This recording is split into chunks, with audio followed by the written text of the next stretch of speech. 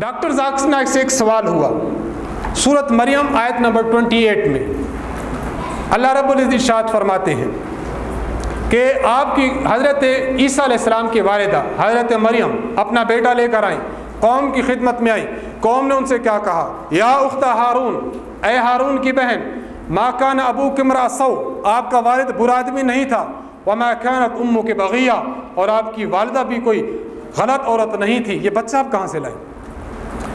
قوم نے حضرت عیسیٰ علیہ السلام کی والدہ کو کیا فرمایا؟ یا اخت ہارون، اے ہارون کی بہن۔ ذاکر نائک سے سوال ہوا، وہ سوال سمجھے، جواب بھی سمجھے، پھر ہمارا اس پر جواب سمجھے کہ اصل جواب کیا ہے۔ سوال یہ ہوا کہ یہاں پر حضرت عیسیٰ کی ماں کو کہا گیا یا اخت ہارون، اے ہارون کی بہن۔ حضرت ہارون کون تھے؟ حضرت موسیٰ علیہ السلام کے بھائی تھے۔ حضرت مریم کون ہے؟ حضرت عیسیٰ کی والدہ ہیں۔ حضرت موسیٰ اور حضرت عیسیٰ علیہ السلام کے درمیان تقریباً 1000 سال کا فاصلہ ہے۔ اس کا مطلب یہ نکلا قرآن کریم نے اس عورت کو اس مرد کا بھائی قرار دے دیا کہ جو 1000 سال پہلے تھا، بھائی 1000 سال پہلے ہے، بہن 1000 سال بعد ہے۔ سوال یہ ہوتا ہے قرآن کریم کی یہ سٹیٹمنٹ بالکل غلط ہے، قرآن کریم حقائق سے کوئی بحث نہیں کر رہا، بے حقیقت بات پیش کر رہا ہے۔ یہ سوال ہوتا تھا، ذاکر نائک صاحب نے جواب دیا۔ یہاں پر میں آپ کی خدمت میں عرض رساں ہوں کہ ذاکر نائک صاحب لغات عرب سے بھی ناواقف ہیں، قواعد عرب سے بھی ناواقف ہیں، اسی لیے اس شخص نے ایسی جو ہے وہ اس کا جواب دیا، ایسی توجیہ پیش کی۔ ذاکر نائک صاحب کہتے ہیں اس میں اللہ نے ارشاد فرمایا یا اخت ہارون، اے ہارون کی بہن۔ کہتے ہیں لفظ اخت کا عربی زبان میں اگر ترجمہ دیکھیں، لفظ اخت کا معنی ہے اولاد۔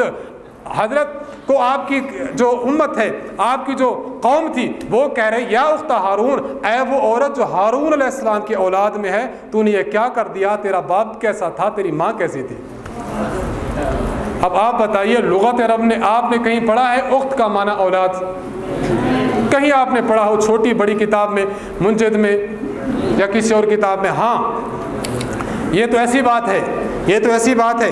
مرزا غلام احمد قادیانی اس نے کیا کہا؟ اس نے کہا انا خاتم النبیین، کا ترجمہ ہی ہے میں نبیوں کے لیے خاتم ہوں، مطلب یہ کہ پیغمبر علیہ السلام کے پاس ایک مہر تھی، وہ مہر لگاتے جاتے اور نبی بنتے جاتے۔ یہ ترجمہ کیا ہے غلام احمد قادیانی نے، گویا کہ آیت قرآن کے لیے ترجمہ اپنا گھڑا۔ ہم بھی یہ کہتے ہیں کہ آپ نے آیت تو قرآن کے لیے ترجمہ آپ نے اپنا گھڑا ہے۔ سوال یہ ہے کہ پھر اصل جواب کیا ہے؟ ممکن آپ کے ذہن میں بھی آ جائے اصل جواب کیا ہے۔ صحیح مسلم میں روایت موجود ہے، حدیث نمبر 2135۔ حضرت مغیرہ بن شعبہ رضی اللہ عنہ فرماتے ہیں میں نجران میں تھا، مجھ سے اہل کتاب نے پوچھا تم اپنے قرآن میں آیت پڑھتے ہو یا اخت ہارون، ہارون اور حضرت مریم کے درمیان قضا و قضا اتنے سال کا فاصلہ تھا، تو تم ان کا نام تمہارے جو قرآن ہے، قرآن میں حضرت مریم کو حضرت ہارون کی بہن کیوں کہا گیا؟ حضرت مغیرہ فرماتے ہیں مجھ سے لوگ سوال کرتے تھے، جب میں مدینہ منورہ آیا تو جناب رسول اللہ صلی اللہ علیہ وسلم کی خدمت میں میں نے سوال عرض کیا، حضور علیہ الصلوۃ والسلام نے بنفس نفیس اس کا جواب عنایت فرمایا۔ تو اس کا جواب تو حضور نے خود دیا ہے۔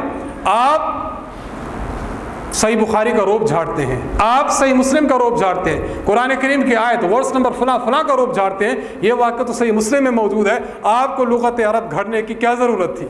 جناب رسول اللہ صلی اللہ علیہ وسلم نے ارشاد فرمایا انہم کانوا یسمون بانبیائہم والصالحین قبلہم۔